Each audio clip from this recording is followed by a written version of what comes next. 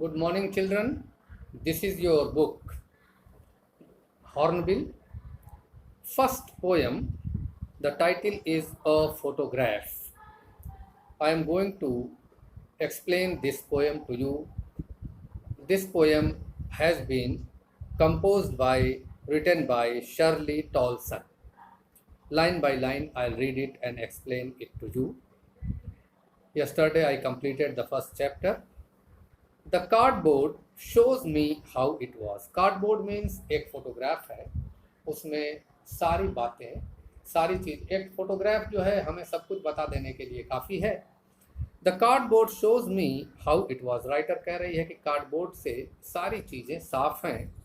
When two girl cousins went pedaling. दो girls हैं, cousins हैं वो, और राइटर की कज़न है, अंकल की बेटियां हैं, और वो पैडलिंग में समंदर के किनारे मौज मस्ती करने के लिए, समंदर में तैरने के लिए जाती हैं. Each one holding one of my mother's hands. इन कजिन सिस्टर के साथ में राइटर की माँ भी है. अभी वो बचपन में है, तो जो कज़न सिस्टर्स हैं, राइटर की माँ की दोनों हाथों को पकड़े हुए हैं. एक हाथ को एक सिस्टर पकड़ी हुई है और दूसरे हाथ को दूसरी सिस्टर पकड़ी हुई है. And she the big girl some 12 years or so. Writer की माँ की उम्र तकरीबन 12 साल है उस फोटोग्राफ में, और उनके दोनों हाथों को जो कज़न्स हैं इनकी माँ के, यानी चाचा के लड़कियाँ, वो पकड़े हुए हाथ, उनका एक हाथ एक लड़की पकड़ी हुई है और दूसरा हाथ दूसरी लड़की. All three stood still to smile through their hair. Hair को चेहरे से हटा करके स्माइल कर रही हैं और फोटो लिया जा रहा है. At the uncle with the camera. Camera जो है अंकल के हाथ में है मेरे, और ये तीनों लड़कियों की बीच में राइटर की माँ है, और आजू बाजू में उसके अंकल की दोनों लड़कियां हैं.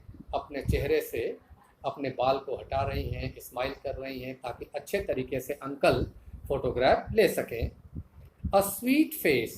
कितना खूबसूरत है मेरी माँ का चेहरा, या उस फोटोग्राफ में जितने भी लोग हैं सबका चेहरा अच्छा दिख रहा है.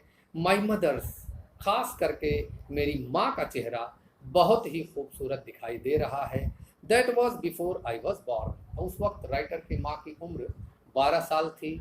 राइटर बता रही है कि ये फोटोग्राफ जो लिया गया था मेरे बर्थ लेने से पहले, यानी मेरी पैदाइश से पहले का है. My mother's that was before I was born. And the sea which appears to have change less wash their terribly transient feet. और समंदर के किनारे ये लोग खड़े हैं. समंदर का पानी आ रहा है और जा रहा है, इनके पैरों को छू करके चला जा रहा है. परमानेंटली पानी वहीं पर स्थिर नहीं रह रहा है. ट्रांसिएंट मीन्स ऐसी चीज़ जो बहुत कम समय लेती हो. तो पानी की लहरें आ रही हैं और इनके फीट को टच करके चली जा रही हैं. सम 20-30 ईयर्स लेटर. अब फोटोग्राफ हमारे घर में लगा हुआ है. इस घटना के, इस फोटो लेने के 20-30 साल बाद, अब माँ की तो शादी भी हो गई है.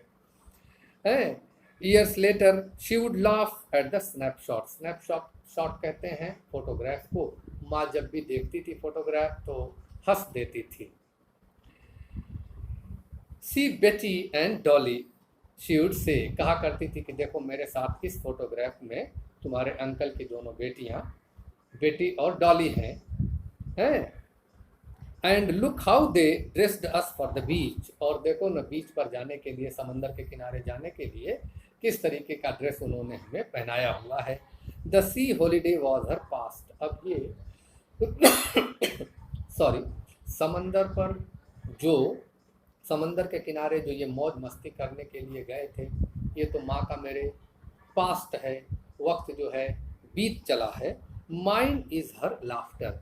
अब माँ जो हंस करके ये बताया करती थी, मेरे लिए उसकी हंसी पास्ट की एक बात बन गई है, और माँ के लिए वो बिताए हुए पल एक पास्ट की बात बन गए हैं जो वापस नहीं आ सकते हैं।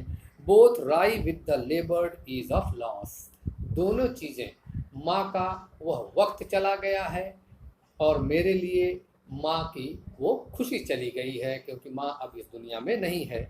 Now she is been dead nearly as many years as that girl lived, जितनी उम्र माँ को मरे हुए जितने साल हो गए हैं उतने ही साल से करीब करीब ये तस्वीर जो है दीवार पर लटकी हुई है। राइटर बहुत दुखी है ये बात बतलाते हुए, and of this circumstance there is nothing to say at all, और किस मनः स्थिति से मैं गुजर रही हूँ या मेरी माँ गुजरा करती थी फोटोग्राफ को देख करके, इसे शब्दों में बयां नहीं किया जा सकता है। इट्स साइलेंस साइलेंसेस, माँ जो है अब तो साइलेंट है, इस दुनिया में है नहीं। उस बात का ख्याल जब आता है तो मैं भी साइलेंट हो जाती हूँ, दिमाग काम नहीं करता है कि कैसे इसको बयां करूँ। तो hope children this poem has been explain to you well.